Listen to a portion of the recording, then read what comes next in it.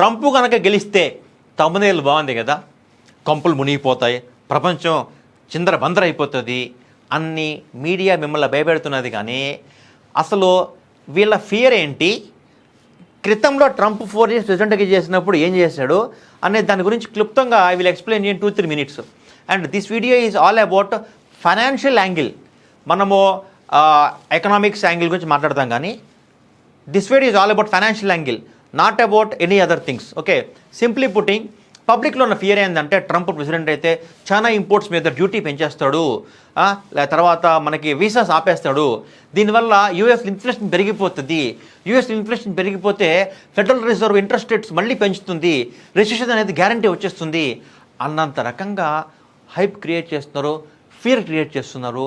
కానీ రియాలిటీలో ఏం జరిగింది when he was president in 2016-2020 అంటే 2008 నుంచి 2016 దాకా US federal reserve 0.25% interest rates maintain చేసింది. ఓకే, పెంచాలి, ఎందుకు పెంచాలి అంటే అంత 8 years పెంచు, ఆ లెవెల్లో ఉంచితే ఎక్కువ మనీ సప్లై అయిపోతుంది, తర్వాత వచ్చే రెసిషన్కి ఎఫెక్ట్ ఎక్కువ ఉంటుంది, హీట్ ఎక్కువ ఉంటుంది, కాబట్టి స్లోగా పెంచాలి. కానీ పెంచే దమ్ము లేదు అమెరికన్ సెంట్రల్ బ్యాంక్కి, ఎందుకంటే అన్ఎంప్లాయ్మెంట్ అనేది ఎక్కువగా ఉంది కాబట్టి. 2016 దాకా ట్రంప్ మామూలు ఏం చేశాడంటే యూఎస్లో వచ్చే వాళ్ళ వీసాలను బ్యాన్ చేశాడు. యూఎస్కి ఎవరన్నా టొయోటా వాళ్ళు యూఎస్లో కార్లు అమ్మాలంటే నువ్వు మెక్సికోలో ప్లాంట్ పెడితే కుదరదు, అమెరికాలోనే ప్లాంట్ పెట్టు అన్నాడు. దీనివల్ల అమెరికాలో ఎంప్లాయ్మెంట్ పెరిగి అన్ఎంప్లాయ్మెంట్ తగ్గి ఫెడరల్ రిజర్వ్ కాన్ఫిడెన్స్ వచ్చి ఇంట్రెస్ట్ రేట్స్ని 2016 నుంచి స్లోగా పెంచి 2020కి 4-5% దాకా తీసుకెళ్ళబట్టి 2020లో రెసిషన్ వచ్చినా కరోనా వల్ల కట్ చేసే క్వశ్చన్ వచ్చింది, లేకపోతే కట్ చేసే క్వశ్చన్ ఉండేది కాదు, రెసిషన్ ఇంకా డిజాస్టర్ అయి ఉండేది కరోనా రెసిషన్ అనేది. Okay, so that is the benefit Trump did for Americans in 2016.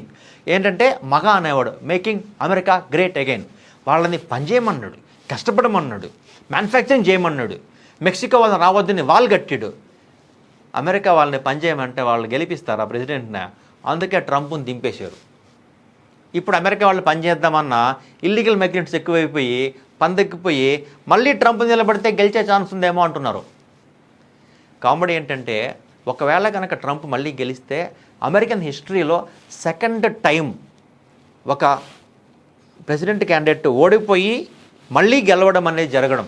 Okay, ఇండియాలో ఇందిరాగాంధీ గారు ఒక్కరే చేయగలిగారు, అది మిగతా ఎవరు ప్రధానమంత్రులు చేయలేకపోయారు ఇప్పటిదాకా.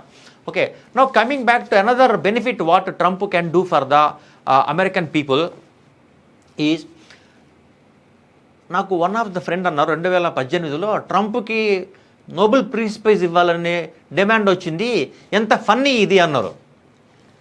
నేను ఒకటే అన్నాను, sir Trump is the only president in the past 30 years who never attacked any other country. You take Obama, you take George Bush, you take Bill Clinton, వీళ్ళు ఆఫ్ఘనిస్తానో, సిరియానో, లిబియానో, ఇరాక్ను అటాక్ చేస్తూనే ఉన్నారు గత 30-40 ఏళ్ళగా.